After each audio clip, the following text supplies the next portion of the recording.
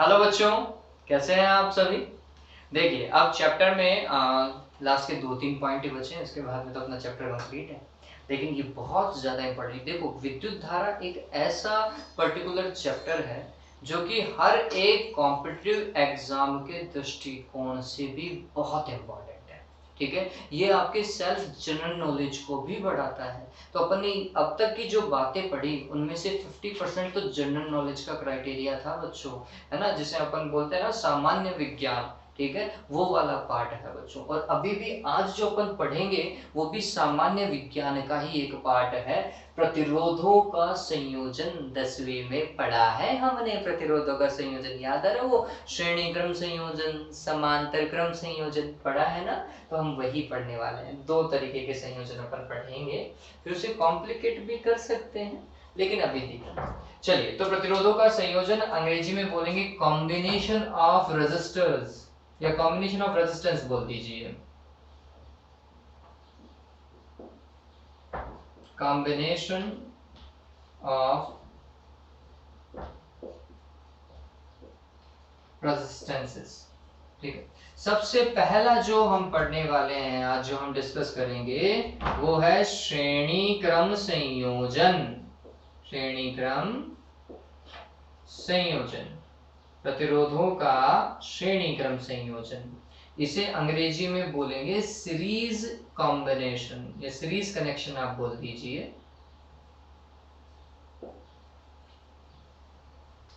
Series combination. अब ये series combination में होता क्या है वो समझिए, डायग्राम इंपॉर्टेंट है, आपके वैसे भी पढ़ा हुआ है बच्चों, श्रेणी क्रम संयोजन, है ना। देखिए इसके अंदर क्या होगा बच्चों, 3 प्रतिरोध से अपन काम करने की कोशिश करते हैं। तो ये पहला प्रतिरोध, ये दूसरा प्रतिरोध और ये तीसरा प्रतिरोध। ठीक है, और इन प्रतिरोधों को अपन ने एक बैटरी स्रोत से जोड़ देना है। ये बैटरी स्रोत से इन्हें क्या कर दिया, जोड़ दिया। कुल विभवांतर V प्रदान कर रहा है। फिर नेक्स्ट पार्ट देखते हैं। तो इसमें बहने वाली धारा, तो बैटरी स्रोत से जो तुल्य धारा प्रवाहित हो रही है वो धारा है I। ठीक है, और ये I धारा ही तीनों प्रतिरोधों में जा रही है, मतलब R1, R2 और R3। प्रतिरोधों को वैसे भी R से प्रदर्शित करते हैं, तो R1, R2, R3 लिख दिया। पहला प्रतिरोध यहाँ तक, दूसरा यहाँ तक, और तीसरे का ये मान लिया। ठीक, तो तीनों में समान परिमाण की धारा जा रही है। इसमें भी I धारा ही जा रही है, इसमें भी I धारा ही जा रही, और इसमें भी I धारा ही जा रही है। ठीक है, ये ध्यान में रखिएगा। तो ये जो विभवांतर है, देखो प्रतिरोधों का मान अलग अलग है तो विभव पतन भी क्या होगा, अलग अलग होगा। समान धारा है, प्रतिरोध अलग अलग है, तो विभव पतन अलग अलग होगा। ठीक है, इसके ऊपर विभव पतन V1 होगा, इसके ऊपर विभव पतन V2 होगा, और इसके ऊपर विभव पतन V3 होगा। ये ध्यान में रखेंगे, ये V3 मैं कर देता हूँ। ठीक है, तो कुल विभव तो V है, और वो इसमें डिवाइड हो जाता है, V1, V2, V3 में डिवाइड हो जाता है, बट जाता है। तो सबसे पहले परिभाषा समझते हैं, हालांकि पूछी जाती नहीं है लेकिन तो भी समझिए परिभाषा क्या होगी। तो सबसे सिंपल तो ये है कि प्रतिरोधों का वह संयोजन जिसमें प्रत्येक प्रतिरोध से समान परिमाण की धारा प्रवाहित होती है। सभी में, तीनों में समान जा रही है। प्रतिरोधों का वह संयोजन जिसमें प्रत्येक प्रतिरोध से समान परिमाण की धारा प्रवाहित होती है, कौन सा संयोजन कहलाता है, श्रेणी क्रम संयोजन कहलाता है। फिर इसके बाद में और क्या परिभाषा दे सकते हैं, तो 10वीं याद आ रही होगी आपके पास में। 10वीं के अंदर क्या किया था, प्रतिरोधों का वह संयोजन जिसमें प्रथम प्रतिरोध का प्रथम सिरा बैटरी के धन टर्मिनल से, वह द्वितीय सिरा द्वितीय प्रतिरोध के प्रथम सिरे से, वह द्वितीय प्रतिरोध का द्वितीय सिरा तृतीय प्रतिरोध के प्रथम सिरे से, एवं इसी प्रकार अंतिम प्रतिरोध का द्वितीय सिरा, अंतिम प्रतिरोध का द्वितीय सिरा बैटरी के ऋण टर्मिनल से संयोजित होता है। कौन सा क्रम संयोजन कहलाता है, श्रेणी क्रम संयोजन कहलाता है। मेरे हिसाब से पहले वाली ज्यादा सिंपल है ना। चलिए काम करते हैं। तो धारा आपको पता चल गई होगी बच्चों, आई धारा ही सभी में जा रही है। तो पहले वाले पे अगर मैं विभव पतन लिखूं तो हमने लिख लेना है इसे V1। V1 कितना आएगा बच्चों, देखिए ये हो जाएगा IR1। इसके लिए थ्योरी क्या लिखेंगे, प्रथम प्रतिरोध या R1 प्रतिरोध पर विभव पतन, R1 प्रतिरोध पर विभव पतन, विभव पतन। बच्चों विभव पतन और विभवांतर में कंफ्यूज मत होइएगा, दोनों एक ही चीज है, बस लिखने में विभव पतन जो है थोड़ा सा अट्रैक्टिव लगता है, इसलिए वोल्टेज ड्रॉप बोल सकते हैं इसे। V2 क्या होगा, द्वितीय प्रतिरोध पर ओम का नियम लगा रहा हूं, IR से ही काम कर रहे हैं तो IR2 हो जाएगा। ये क्या होगा, R2 प्रतिरोध पर विभव पतन। इसी तरीके का संधारित्र में भी काम किया था है ना, लेकिन ये आपको ज्यादा सिंपल लगेगा, क्यों, क्योंकि 10th में आप पढ़ते हुए आए हैं इस चीज को। ऐसे ही V3 अगर आप देखोगे तो क्या होगा, IR3 हो जाएगा। ये क्या है, तुमने लिखना है R3 प्रतिरोध पर विभव पतन, R3 प्रतिरोध पर विभव पतन, ठीक है। और अंतिम कुल विभव V क्या होगा, तो धारा तो आई ही जा रही है, लेकिन R इक्विवेलेंट देख सकते हैं, ठीक है। R इक्विवेलेंट देख लीजिए, R इक्विवेलेंट क्या होगा, तो मैं बोला तुल्य प्रतिरोध, तुल्य प्रतिरोध हेतु विभव पतन, ठीक है।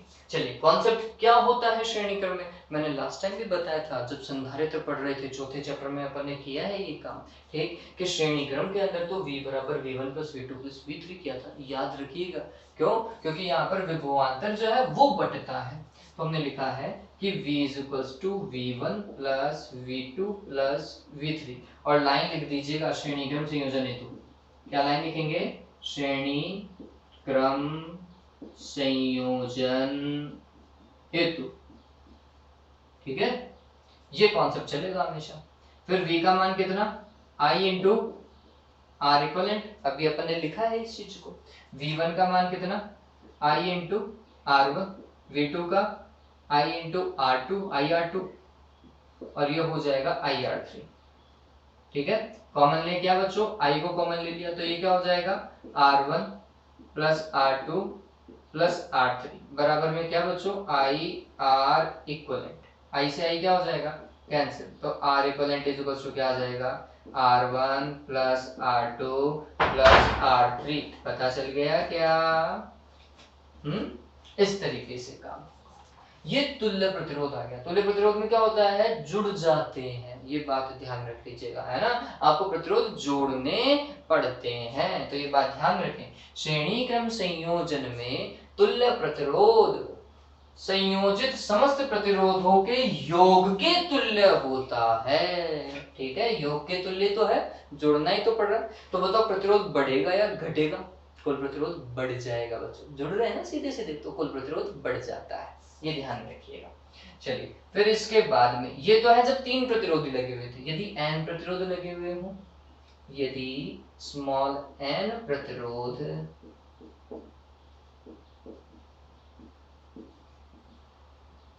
श्रेणी क्रम में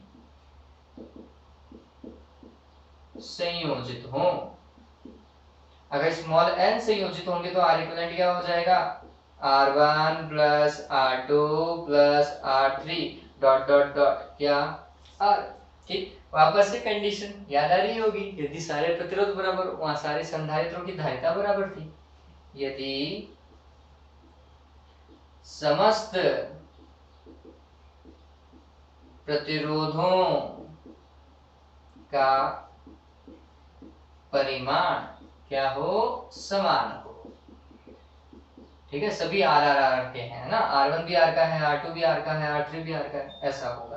तो उस केस में क्या होगा, R इक्विवेलेंट बराबर R plus R plus R dot dot dot, इसकी जगह पे क्या लिख दूं, R लिख दूं ना, 2 को जोड़ेंगे तो 2R, 3 को जोड़ेंगे तो 3R, और n को जोड़ेंगे तो NR, ठीक है। ये आ गया तुल्य प्रतिरोध, डन एकदम।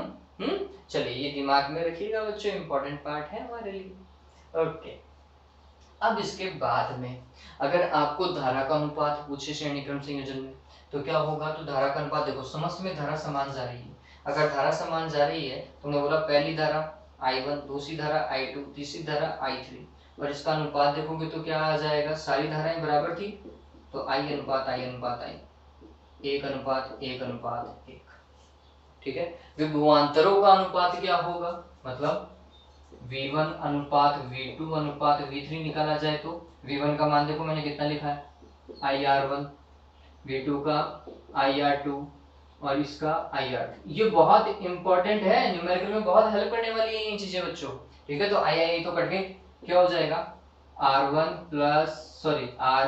अनुपात R2 अनुपात R3, ठीक है। विभवांतरों का अनुपात या विभव पतन का अनुपात प्रतिरोधों के अनुपात के तुल्य प्राप्त होता है, इस चीज को ध्यान में रखेंगे। तो उम्मीद करता हूं कि ये श्रेणी क्रम संयोजन आपको अच्छे से समझ में आया होगा, ठीक है। अब अपन कौन से क्रम की बात करेंगे, समांतर क्रम की बात करेंगे। सेम ऐसा कैसा टास्क है समांतर क्रम में भी, ठीक है। चलिए तो नेक्स्ट है पैरेलल कॉम्बिनेशन। टॉपिक डाल लीजिएगा समांतर क्रम संयोजन। टॉपिक क्या डालना है आपको, समांतर क्रम संयोजन। और समांतर क्रम संयोजन को पैरेलल कॉम्बिनेशन बोलेंगे। तो मैं लिख देता हूं यहां पर पैरेलल कॉम्बिनेशन।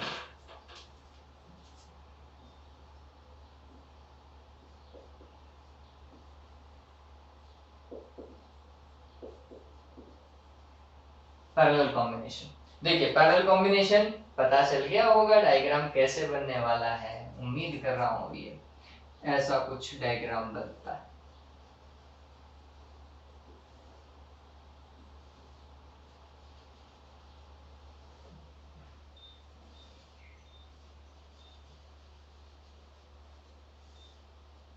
ये कर लीजिए, ठीक है। अब इसके अंदर क्या खास बात है, प्रत्येक प्रतिरोध का एक सिरा बैटरी के धन टर्मिनल से वह प्रत्येक प्रतिरोध का दूसरा सिरा बैटरी के किससे, ऋण टर्मिनल से संयोजित होता है, ठीक है। पहला काम, पहला तरीका जो 10वीं में हम परिभाषा दिया करते थे वो यही तो हुआ करती थी। इसे R1 प्रतिरोध लिख दीजिए, इसे R2 प्रतिरोध लिख देता हूँ, इसे R3 लिख देता हूँ, ठीक। दूसरा, अगर ये V वोल्ट की बैटरी है तो आपको पता होगा कि समांतर क्रम संयोजन पर समस्त प्रतिरोधों पर विभव पतन समान होता है। तो हम ये भी लिख सकते हैं समांतर क्रम संयोजन में कि प्रतिरोधों का वह क्रम संयोजन जिसमें प्रत्येक प्रतिरोध पर विभव पतन समान होता है, समस्त पे विभव पतन समान होता है, वो कौन सा होगा, समांतर क्रम संयोजन। लेकिन धारा अलग अलग होगी, ये ध्यान में रखें। इस वाले में धारा कौन सी होगी, पहले वाले में I1, दूसरे में लिख दी I2, तीसरे में क्या लिख दिया अपन ने, I3 लिख देनी। इस तरीके से ये जाएगा, ठीक।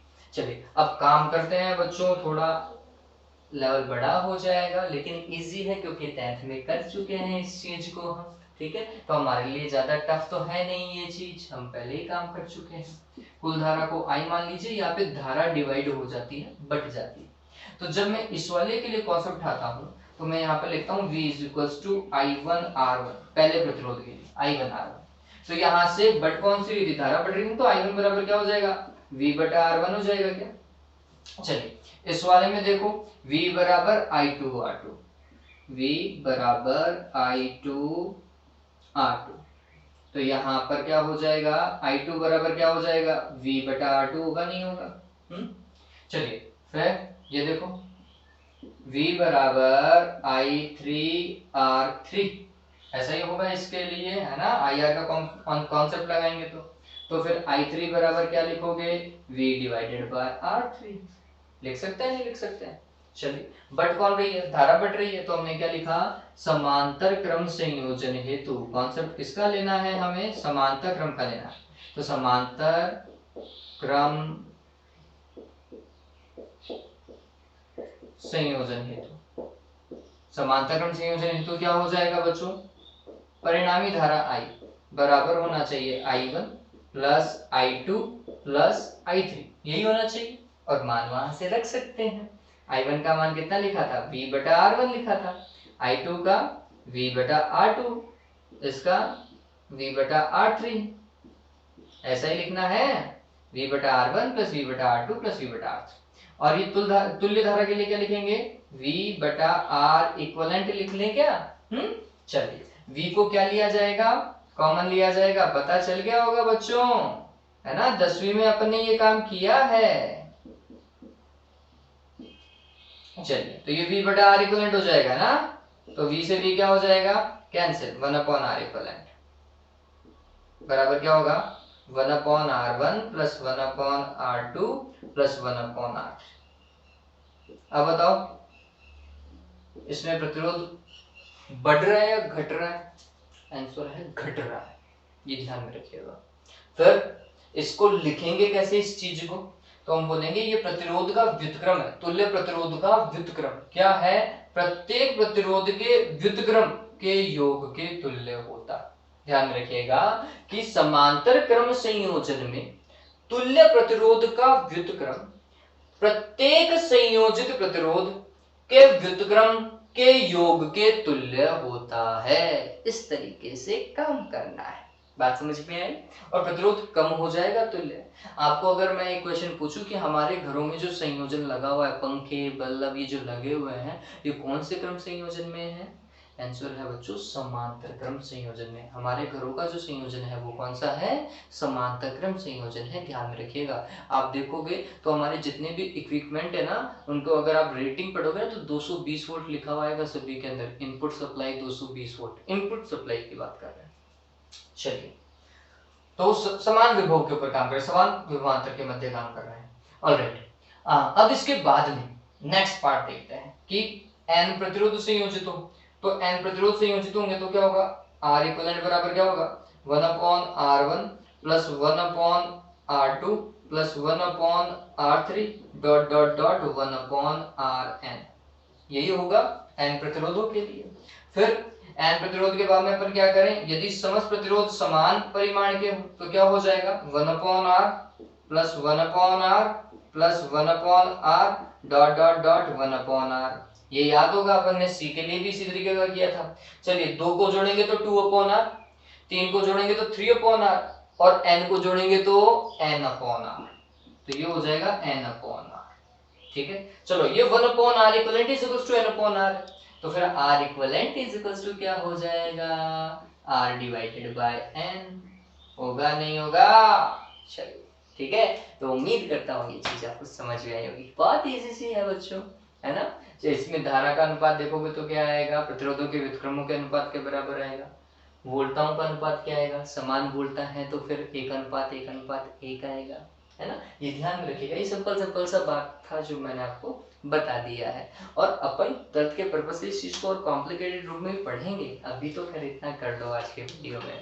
तो उम्मीद कर रहा हूँ कि ये चीजें आपको समझ में आई हैं, ठीक है। और वापस से बोलता हूँ, अगर कोई चीज नहीं समझ में आती है, आपके पास में व्हाट्सएप नंबर है, आप हमें मैसेज कर सकते हैं। और हर एक वीडियो में आपको ये बता रहा हूँ कि मैथमेटिक्स की स्टडी के लिए आपको कौन से चैनल पे जाना है बच्चों, सर्च यही करना है, माथा पच्ची, तो ये मैथ E25 हो गया है, ठीक है। तो दिमाग चलेगा तभी तो मैथ आएगी। ओके, चलिए, तो दोनों सब्जेक्ट के लिए आपके पास में है फन विद फिजिक्स और माथा पच्ची। फिजिक्स में देख लीजिएगा, फन विद फिजिक्स के 3 वीडियो चल रहे हैं यूट्यूब के ऊपर, है ना, तो नाम देख लीजिएगा, प्रशांत माहेश्वरी आ रहा है नहीं आ रहा है, उसी को सब्सक्राइब करना है। Okay, have a good day बच्चों, टेक केयर।